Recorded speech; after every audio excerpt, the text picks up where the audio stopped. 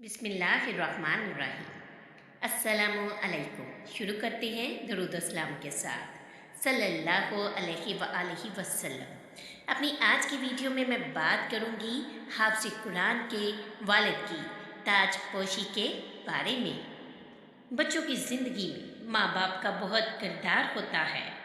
ये माँ बाप ही होते हैं जो अपने बच्चों को अच्छे और बुरे में तमीज़ करना सिखाते हैं और कोशिश करते हैं कि उनकी औलाद अच्छे से अच्छा खाए पिए और सुख की ज़िंदगी बसर करे।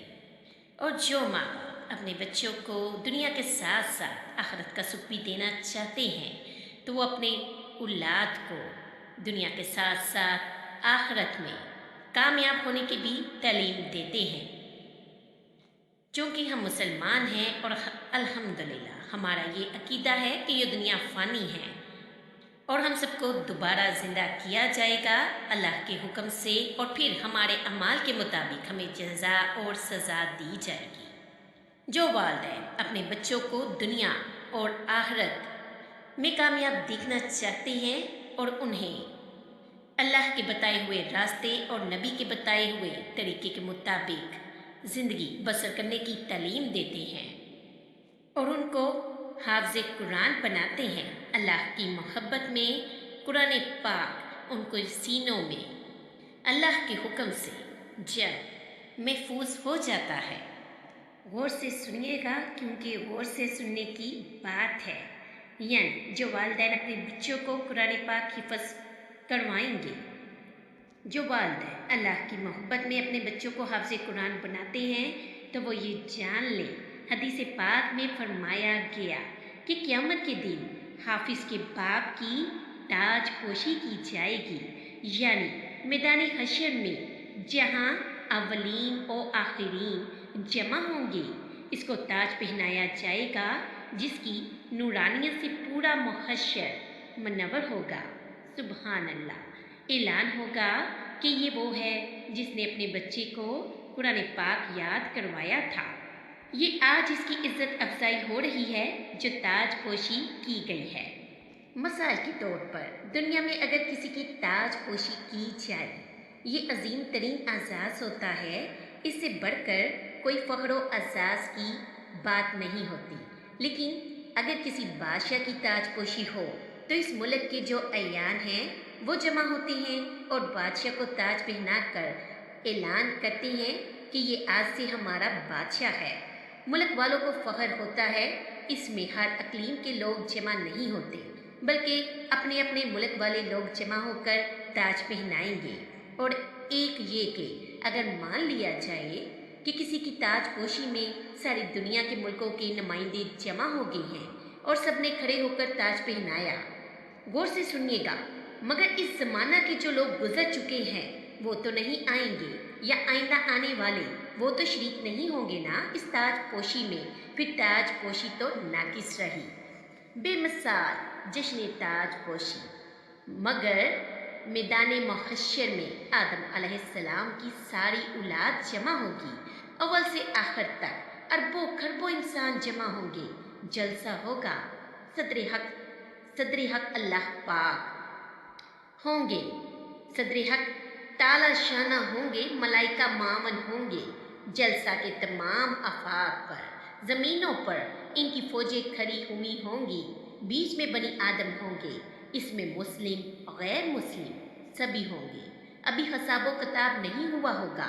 इस वक्त एक बच्चे के बाप को जिसने हिफ़्ज़ कराया इसकी ताज पोशी की जाएगी तो अव्वलीन व आखरीन जमा, ताज पहनाने वाले अल्लाह पाक। तो इससे बढ़कर एक हाफिज़ के लिए फ़ख्र व एज़ाज़ का कौन सा मौका होगा।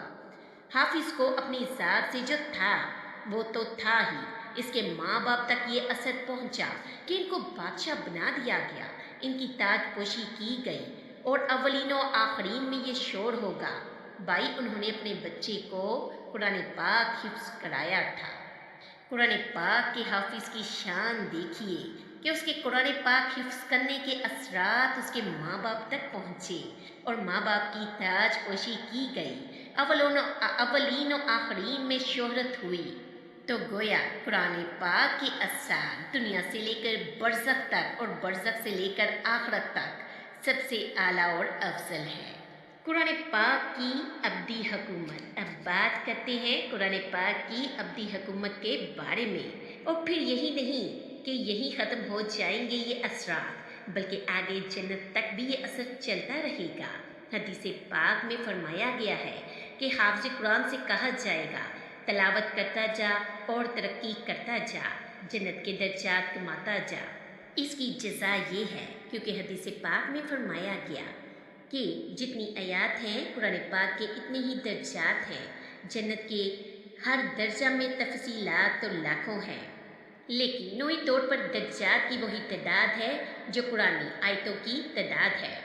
यानी दर्जात जन्नत के इतने ही हैं जितनी आयतें हैं। तो फरमाया जाएगा इस हाफ़िज़ कुरान से कि तलावत करता जा, जहाँ तक तेरी ताकत है दर्जात कमाता जा।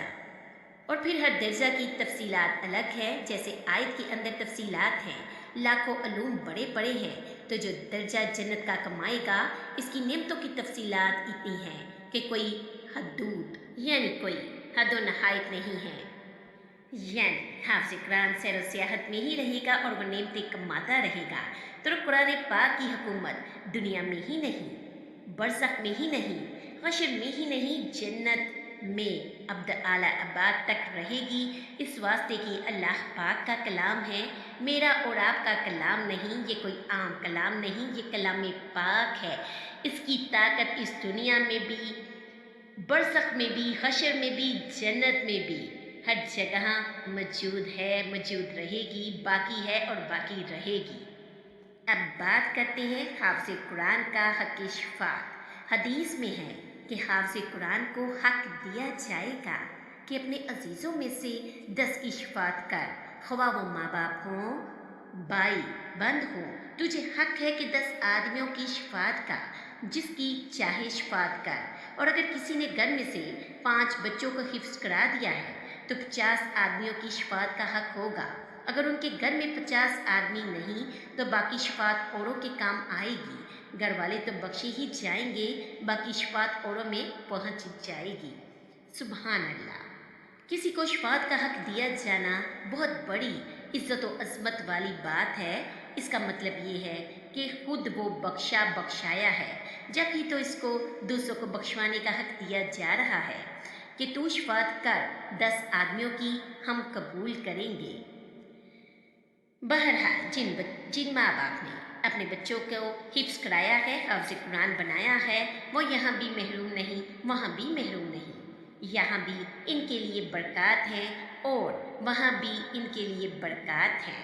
यानी दुनिया में भी इनके लिए बरकत ही बरकत है और आखिरत में भी इनके लिए बरक़ात है।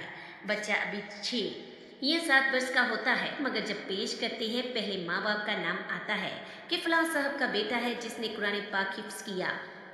यानी जब बच्चा कुरान पाक हिफ्ज़ करता है तो इसके बाप का नाम साथ लिया जाता है, ये इसका बाप है, इसने अपने बच्चे को हिफ्ज़ करवाया है। तो दुनिया में भी सरनाम हुआ और आखिरत में भी तशहीर होगी। लेकिन अवलीन और आखरीन में तो अपना बच्चा और माँ बाप भी सारे के सारे ही सरनाम होंगे। ये कुरान करीम की एक बड़ी सआदत है। ये कुरान पाक का ही असर है कि जब आप इसे पढ़ेंगे दिल में अल्लाह पाक के कमालात आएंगे, अज़मत बैठेगी, ईमान मजबूत होगा, इसके अनवार और बरक़ात क़ल्ब के अंदर आएंगे। यानी आपके दिल में इसकी बरक़ात आएंगी और फिर वो अनवार मखसूस तरीक़ पर कब्र में नुमायाँ होंगे और फिर इससे ज़्यादा मखसूस तरीक़ पर तजलियात की सूरत में मैदान महशर में नुमायाँ होंगे। और इसके बाद अल्लाह पाक का पहलू है कि बस हमारे पास आ जाओ तो वो सारी चीज़ें पूरी हो जाएंगी जो इबादत से मतलूब थी कि देख भी ली, अपने मबूद के करीब भी हो जाएं, इससे मिल भी लें, इसके पहलू में भी जा बैठें। ये तमन्ना सिर्फ कुरान पाक ही के ज़रिए पूरी हो सकती है। कुरान पाक एक इनकलाबी किताब है, दिलों को बदल देता है, रूहों को बदल देता है। जिन्होंने इसे हाथ नहीं लगाया वो तो नहीं जानते कि ये क्या चीज़ है, क्योंकि इन्होंने तो इसे इस्तेमाल ही नहीं किया।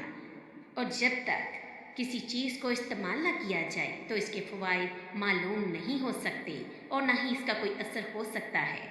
जैसे कीमती से कीमती दुआ हो, लेकिन इसको इस्तेमाल ना किया जाए तो वो क्या असर करेगी? बिल्कुल भी असर नहीं करेगी। बिल्कुल इसी तरह अगर कुरान पाक से बचते रहेंगे, कुरान पाक को सुने बिना और इसके पास भटके बिना, तो क्या इसका नूर ज़ाहिर होगा? इसका नूर इसी के लिए ही ज़ाहिर होगा जो इसको आकर सुने, इसको पढ़े। अल्लाह पाक हम सबको कुरान पाक पढ़ने की तौफीक अता फरमाएँ, बार बार कुरान पाक पढ़ने की हमें तौफीक अता फरमाएँ, आमीन। उम्मीद करती हूँ मेरी आज की वीडियो आपकी समझ में आई होगी। मिलती हूँ फिर नई वीडियो के साथ। अगर वीडियो अच्छी लगे लाइक और सब्सक्राइब कीजिए। अल्लाह हाफिज़।